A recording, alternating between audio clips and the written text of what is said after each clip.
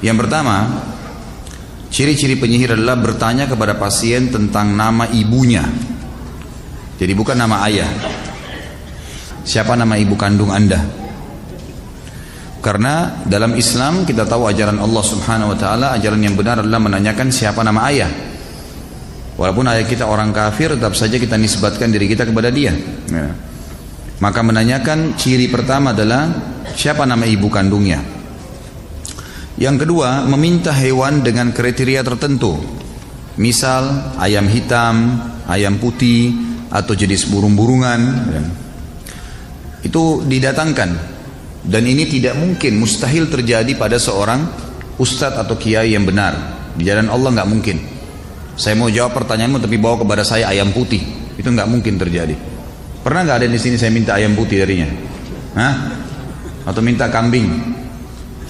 Tidak pernah sama sekali. Nah itu ciri-ciri mereka. Yang ketiga, meminta darah dari hewan yang disembelih.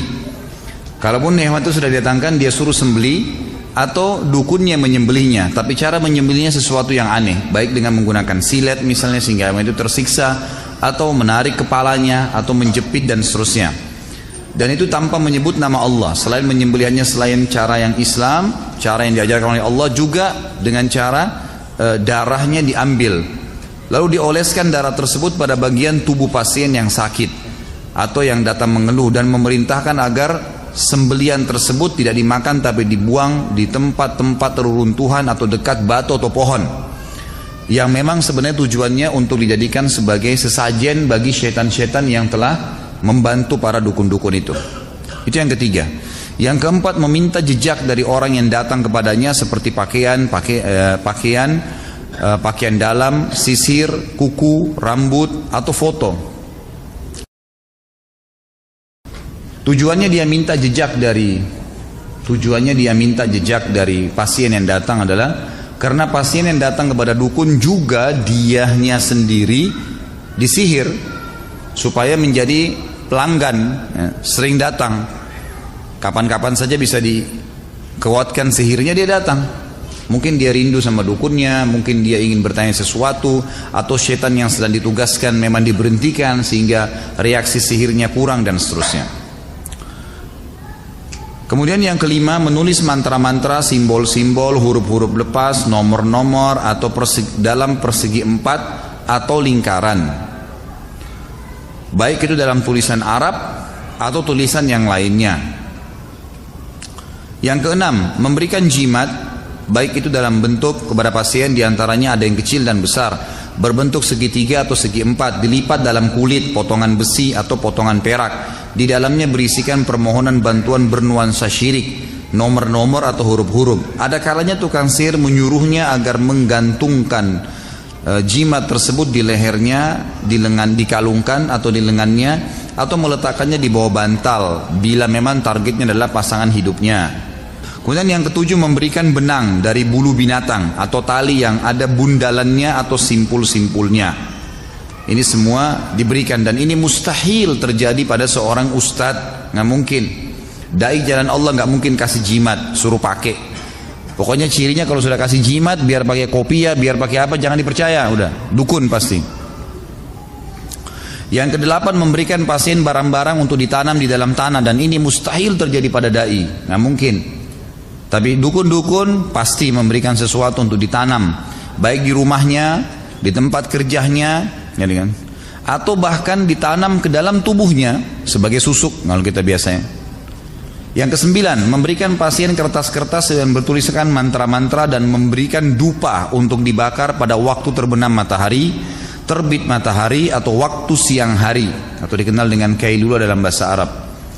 Lalu kemudian tentu dupa-dupa tersebut memang disyaratkan diberikan untuk setan-setan yang sedang bertugas pada waktu itu dari para dukun, sehingga setan mengetahui kalau si dukun dan pasien tadi patuh padanya.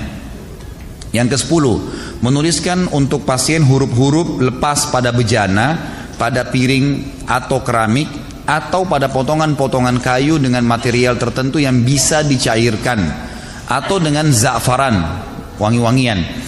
Lalu ia memerintahkan orang yang datang kepadanya agar mencairkan dan meminumnya. Jadi nanti dicairkan di depannya dukun, lalu dia mantra-mantrain, lalu kemudian disuruh ya meminumnya, dicairkan lalu diminum. Seringkali dukun juga meminta, maaf bahasanya, ya, darah haid dari wanita yang kemudian dari wanita yang dijadikan target oleh laki-laki tersebut, lalu kemudian disuruh laki-laki tersebut meminumnya.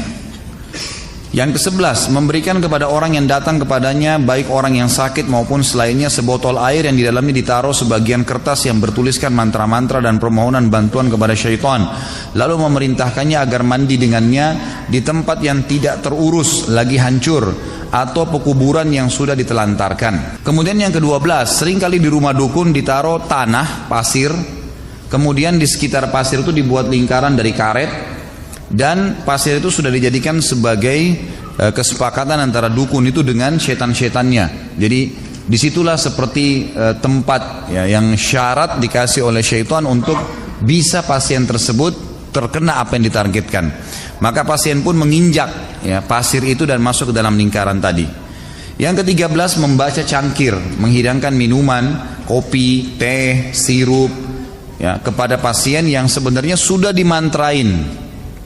Atau kadang makanan sebagai syarat, baik itu ketan, gandum, apa saja, ya, yang memang diberikan untuk dimakan, dikonsumsi oleh pasien tersebut yang sebelumnya sudah dimantrain. Maka pada saat tersisa kopi tersebut lalu dituang di cangkir, di anak piringnya, lalu kemudian diterkalah atau ditebaklah apa yang sedang menjadi jalan keluar dari masalah pasien tadi. Dan ini semua dusta, ya, ini semua dusta, hanya untuk menipu. Yang ke-14, membaca telapak tangan, garis-garis wajah, ya. Ini semua ciri-ciri dukun. Nggak ada ustadz yang bilang, sini saya lihat wajah kamu, sini, ya, sini telapak tangan kamu, sini saya lihat kuping kamu. Itu semua tidak benar. Yang ke-15, dukun menaruh kerikil, rumah kerang, biji kurma atau biji gandum di atas kulit binatang buas atau di atas sepotong kain yang khusus ditenun untuk praktek itu. Tentu di sini juga ada foto-foto, ada 6 foto yang beliau taruh di sini, ya, diangkat. Yang ke-16, menuangkan timah yang sudah dicairkan di sebuah wadah. Jadi timah dicairkan di sebuah wadah, sengaja dicairkan lalu kemudian diletakkan di depan pasien tersebut lalu dimantra-mantrain. Ke-17, memberikan cincin yang diukir dengan sebagian simbol dan mantra dengan bahasa cincin sudah diisi atau diberikan sesuatu. Ini paling banyak di Indonesia, ya. Jadi jangan aneh-aneh, pakai cincin yang biasa saja, gitu. Yang ke-18, menampakkan simbol pengobatan untuk menipu orang awam dan orang-orang bodoh, seperti obat-obat dokter, bacaan-bacaan yang disyariatkan. Coba amalkan misalnya ayat kursi 100 kali, coba minum obat ini dan obat itu. Tapi ternyata di sisi lainnya semuanya dikemas dengan sihir. Karena ayat Al-Quran bila ditambah satu huruf atau dikeluarkan satu huruf atau ditambah bahasa daerah atau nama seseorang, sudah berubah fungsi dari Al-Quran menjadi alat sihir. Jadi misal orang baca ayat tertentu, kemudian dipotong tengah-tengah lalu dimasukkan bahasa daerah atau nama orang, atau dikurangi satu huruf ditambah satu huruf, maka cukup untuk menjadi alat sihir.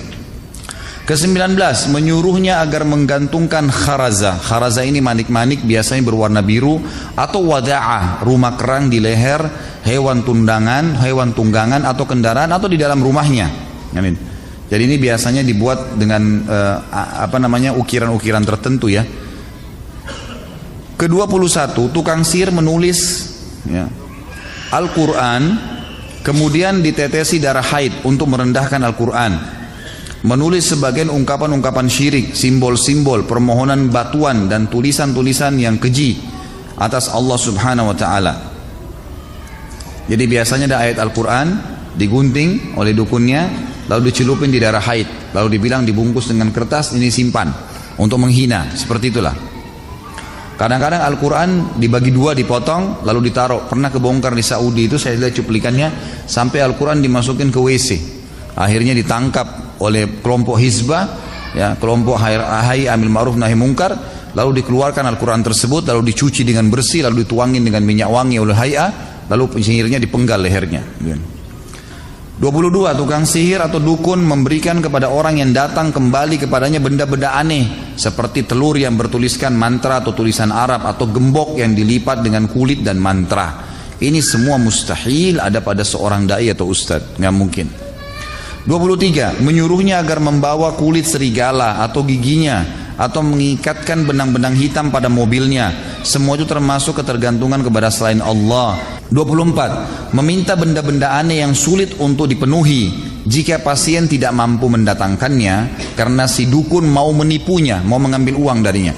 Maka tukang sihir meminta sejumlah uang besar darinya seraya mengatakan, aku akan mendatangkannya untukmu dari Raja Jin. Di antara contohnya, meminta 11 tikus yang ditangkap pada malam pada waktu siang, atau meminta tikus yatim atau kerabuta. Ya ini, saya sebagai ustadz aja baru tahu ada tikus yatim ya. Susah tuh kena nyari tikus yang mati ayahnya kan. 25. Tukang sihir atau dukun mengabarkan identitas seseorang, namanya, nama ibunya, daerah asalnya, dan problem yang sedang dihadapinya yang karenanya dia datang. Jadi ternyata semua dukun itu, semua dukun, di depan rumahnya ada syaitan yang bertugas, ditugaskan sama dia. Syaitan ini setiap ada pasien datang bekerja sama dengan korinnya orang itu, pendampingnya dari syaitan. Jadi mereka komunikasi, ini orang ada masalah apa sih, korinnya tahu semua nih, orang ini begini, orang ini begini, orang ini begini, lagi ada masalah rumah tangganya, lagi begini, lagi pusing dengan masalah kerjanya, lagi punya utang, dilaporin semua. Jin syaitan yang bekerja sama sama dukun ini datang melapor, nih orang begini, begini, begini, begini, begini, nama orang tuanya, nama semua. Begitu masuk, kamu si fulan ya, nama ayah kamu ini ya, nama ibu kamu ini ya, dan seterusnya, gitu kan? Maka ditebak semua, kau punya masalah ini kan, kau punya masalah ini kan. Maka itu semua ciri-ciri dukun. Kalau ustadz mustahil tahu masalah itu, gitu kan? Kemudian 26, memberikan air kepada sebagian pasien seraya memerintahkannya agar meletakkannya di bawah cahaya bintang-bintang. Itulah yang biasa mereka sebut dengan air yang terkena cahaya bintang. Ini termasuk praktek para tukang sihir. Yang ke-27, qomat kamit dan membaca azimat dan mantra-mantra yang tidak bisa difahami maknanya. 28, ciri yang terakhir adalah menyuruh pasien agar membundali benang-benang dan tali-tali pada pohon tertentu, sehingga pasien tersebut meyakini benang itu bisa memberikan manfaat. Seperti itulah, ini ciri semuanya dukun dan penyihir.